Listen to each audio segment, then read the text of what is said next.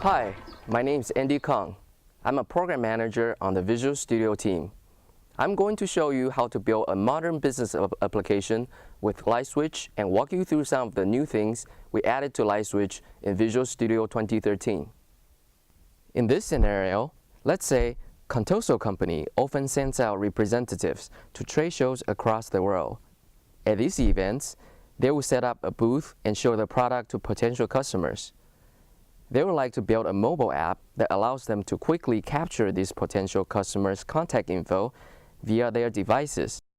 So imagine I'm talking to you at a trade show. I will hand you a tablet for you to enter your contact information and maybe some comments. We will build the app with LightSwitch. Let's create a new project in Visual Studio. You can find the LightSwitch project template for both VB and C#. Since we are building a modern business app that can be accessed on different mobile devices, we will choose the LightSwitch HTML client. Let's name this app Contacts App and click OK. Right now, LightSwitch is creating 3 projects in the solution. There's a server project, which is basically an ASP.NET project used to add tables and connect to data sources. There's a HTML project. It is a JavaScript project that you can define the UI for your app. Finally, there's a LightSwitch project. It ties all the other projects together. We will start by defining a data model. In our scenario, we're working with trade shows and contacts, so we will create 2 new tables for that. But keep in mind that you could also attach to external data sources such as SQL, SharePoint, OData service, or your own custom data sources. We will create a new table called Trade Show.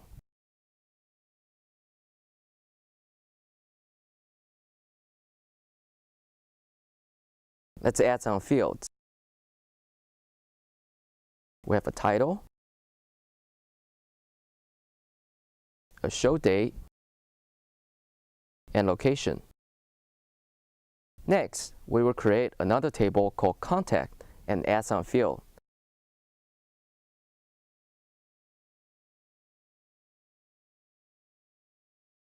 We have a first name, last name, email.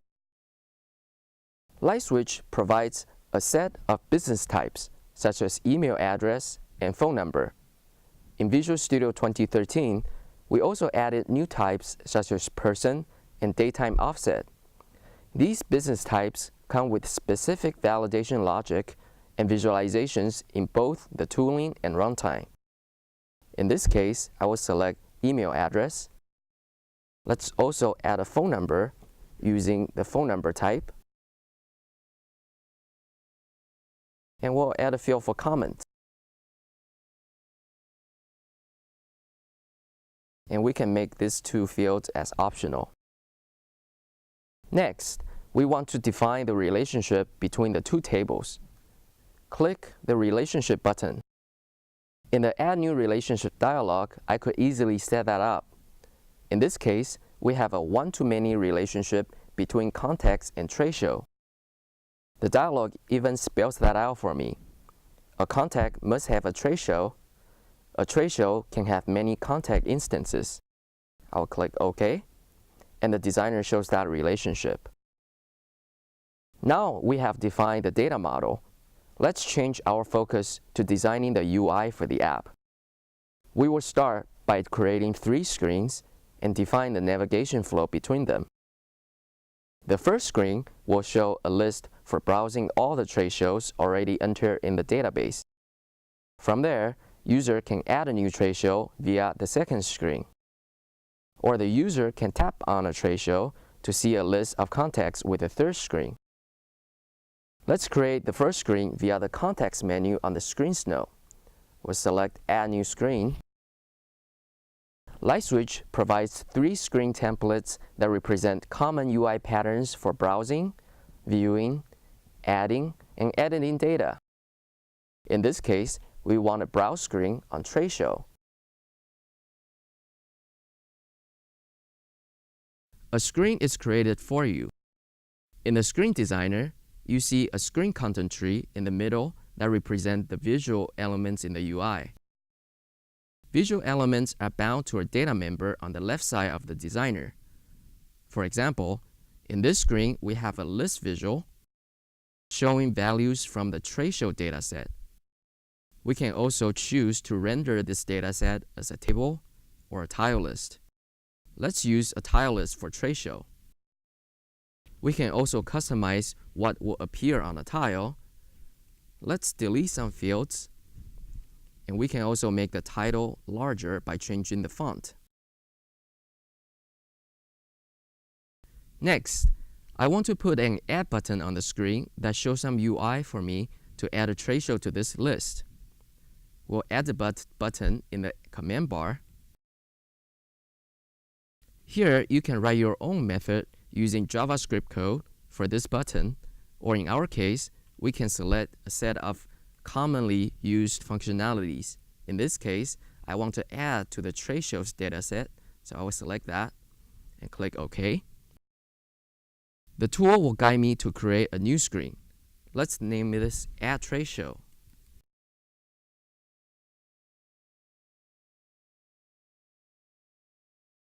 A new screen is created for me. Now back in the Browse screen, we also want to allow user to tap on a trade show and drill into more information. I can wire up the tap action for the list. In Properties window, there is an item tap action I can customize. It will bring up a similar dialog we saw earlier, except in this case, I want to select View Selected. Again, it will guide me to create a new screen. I also want to include the context that's associated with this particular trade show, so I will include that data and click OK. In the newly created screen, you can see View Screen has information about the trade show as well as a context list. We added a table control in Visual Studio 2013, so let's render the context list as a table instead. We can also customize what appears in the table. Let's only show the first 4 fields in the table. And let's hit F5 to run the app and see what we've got so far. The app is loaded using the single-page application architecture with the UI completely rendered by client-side code. Communication with the server is performed using async calls, resulting in a fast and fluid experience. This is the industry trend, and LightSwitch handles all that for you. You can see we have a trade show list and a button to add a trade show. The list is currently empty, so let's add one. One thing to note is that all the layout adapts well to different form factors. Resizing the browser will give you an idea of how the app will look on a phone or tablet. Everything is optimized for touch, but works equally well on a desktop browser using keyboard and mouse. Let's add some value.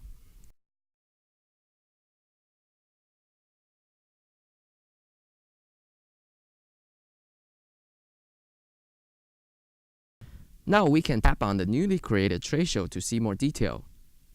In business apps, it is common to have fields that track when and by whom an entity was created and last modified for auditing reasons.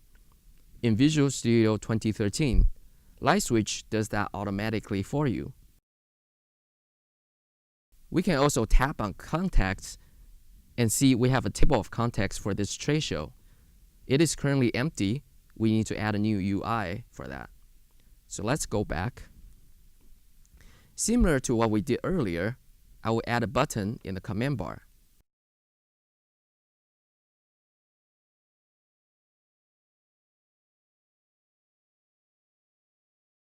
Let's name this Contact Info.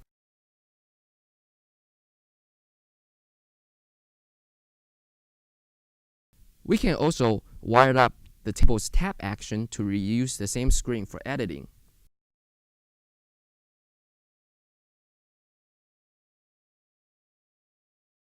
Let's run the app again.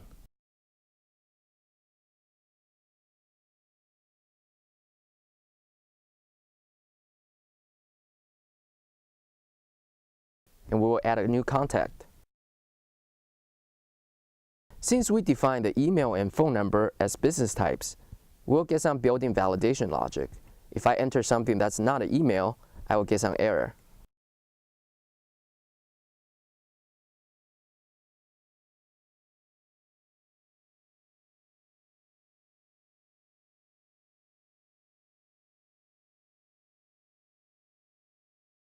Let's say I want to see contacts table by default when I tap on a trade show. I want to swap these two categories around. For these types of UI tweaks on the screen, I can quickly make these changes without closing the browser and hit F5 again. I will go back to Visual Studio, and I will swap these two sections around, save all, and refresh my browser. Now when I tap on a show, I will see the contacts table by default. And this gives me a very efficient iterative design experience. In our app, we start with a list of trade shows. Let's say we'll also like to add a screen that shows all contacts from all trade shows. But where can we launch that screen? Having a global navigation menu is a common UI pattern in modern business application. Therefore, we added this feature in Visual Studio 2013. To show this, let's first create a screen for browsing all the contacts.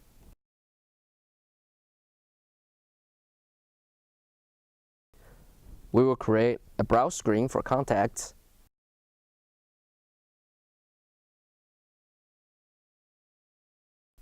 And we'll customize this screen a bit. We'll use table and delete some fields in the table. Now we can customize the global navigation menu via the context menu on the HTML client project. I'll select Edit Screen Navigation. We'll select both browse screens for the menu.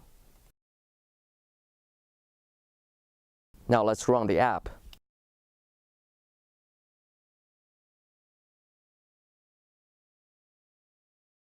In the app, we now have a drop-down menu that shows you all the top-level screens. I can jump to the Browse Contact screens, or I can jump to the Browse Trade Show screens directly. Now that we have a Browse Customer screen, let's enable the user to search the customers by name.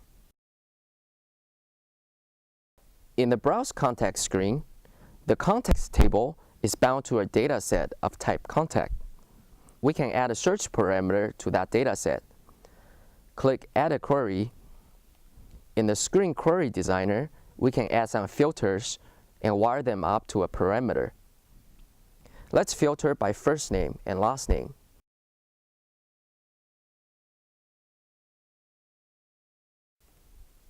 And create a new parameter. We'll name the parameter Search. We'll do the same for last name.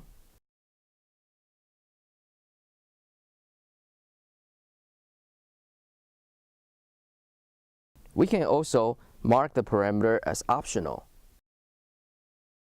So if no search term is provided, it will show all the list values. Go back to the Screen Designer.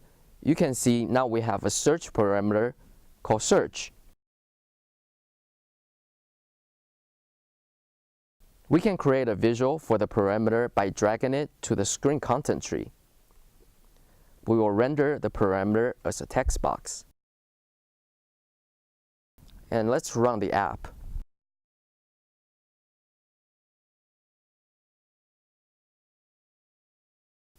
Open the Browse Contact screen. You can see now we have a search box.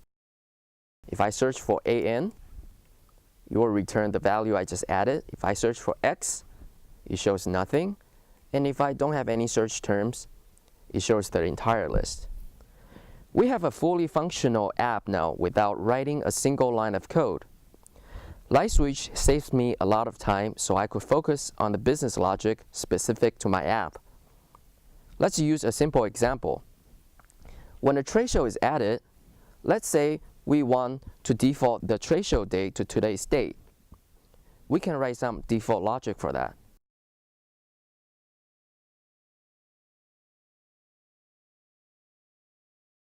In the trade show table, click on the HTML client tab. This allows you to write JavaScript-based entity code that can run in the HTML client, which is the browser, instead of using C# or VB, which can only be executed on the server. We will write our default logic here. In the write code drop-down, I will select Created. Here, I can just simply say, when an entity is created, I want default the show date to today's date. And if we run the application,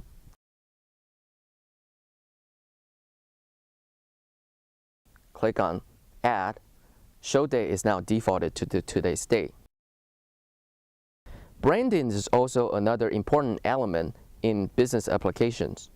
In LightSwitch, I can simply replace the default logos with my corporate logo image in the Solution Explorer.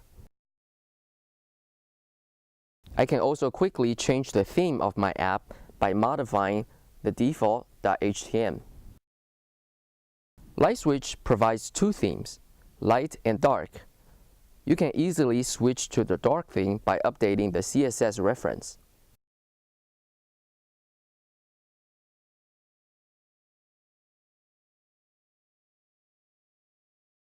And let's run the app.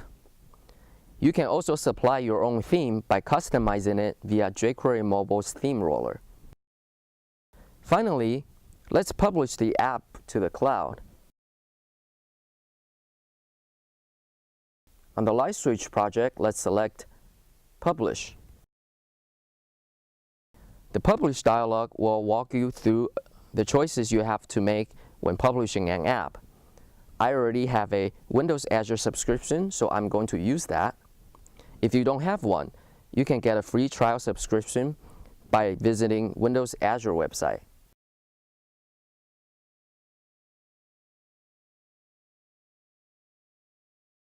I already have a site provision, so I'll select that. I also have a database provision, and click Publish. While it is publishing, let's summarize what we've seen so far. I've shown you a highly productive experience for defining data and screen that enable you to quickly get an app up and running. This allows me to focus on my business logic and get more done. There is a lot more in Visual Studio 2013. Please check out our blogs and forums to get more information. Thanks.